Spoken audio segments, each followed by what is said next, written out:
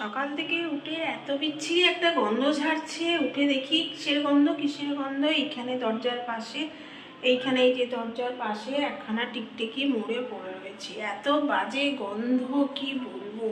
ঘর বাড়ি সব ফিনাইল দিয়ে মোছা হয়েছে, তাও যেন আমার নাকের থেকে একদম গন্ধ যাচ্ছে না।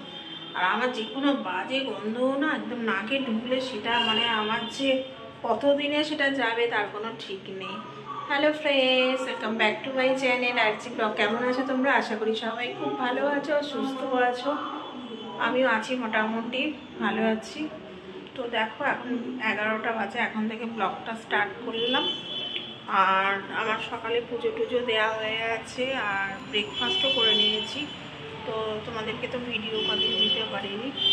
আজকে হচ্ছে আমাদের সামনে কচুরির দোকান আছে, তো কচুরির দোকান থেকে কচুরি তরকারি ছেলেই নিয়ে এসছে। ছেলেকে বললাম যে নিয়ে আয়, ও নিয়ে এসছে আর সাথে জিলেপিও নিয়ে এসছে। তো খাওয়া হয়ে গেছে। তো এখন রান্না বান্না। তো চলো আস্তে আস্তে ওই রান্নাঘরের দিকে যাই, কি রান্না করব না করব।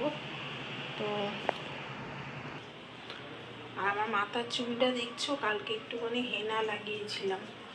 আর হেনা লাগালে না চুলটা একটু ড্রাই ড্রাই মতো হয়ে যায়। আজকে শ্যাম্পু করবো, কালকে জল দিয়ে ধুয়েছি, এই জন্য মাথার চুলটা একটুখানি উস্কো উস্কো হয়ে রয়েছে। আর চোখে কাজল পড়েছিল বলে চোখগুলো কিরকম লাগছে দেখো। এখনও আমার হচ্ছে এইখানে হচ্ছে সব পড়ে রয়েছে। কিন্তু এই যে কচুরি নিয়ে এসেছিলাম, লাইটটা জ্বালিয়ে চলে।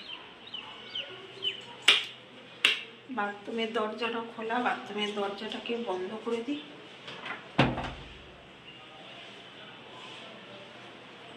এই যে দেখো কচুরি নিয়ে এসেছিল, সেই কচুরির তরকারি এখনো এখানে রয়ে গেছে। এর ভেতরে আমার জিলেপিটা, কচুরি নেই আর।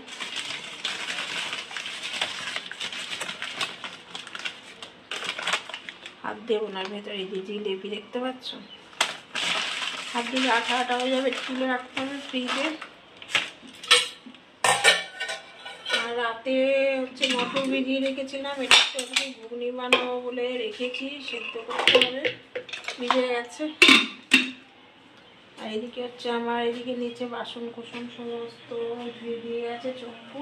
তো রান্না করতে হবে, কি রান্না করব এখন ভেবে পাচ্ছি না। ফ্রিজের মধ্যে মাছ আছে, মাছ করবো হয়তো। দেখি ফ্রিজে কি কি আছে।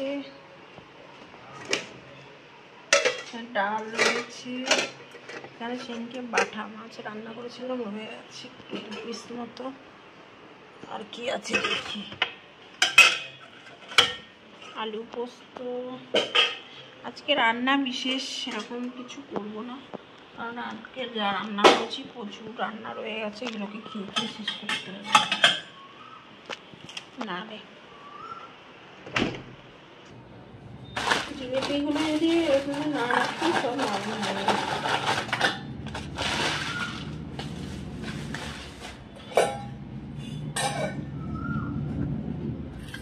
এটা রেখে দিলে পরে আবার কালকে এটা খাওয়া যাবে। আর মটরগুলো দিয়ে রাত্রিবেলা দিকে একটু আলু কাবলি বানাবো।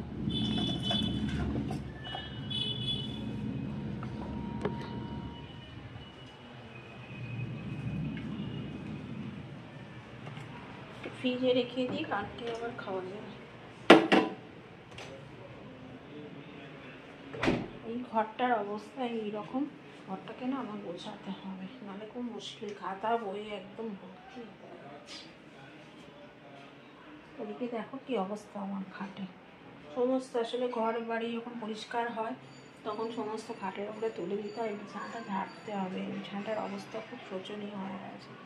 তোমাদের একটা জিনিস দেখাই, দেখো এই যে বাইরে দেখো কি করছে। আমাদের পেছনের দিকে একটা বাড়ি আছে, কি খুঁড়ে টুড়ে কী সব করছে। আর দেখো আমার আলু গাছ হয়েছে, কি সুন্দর না আলু গাছটা।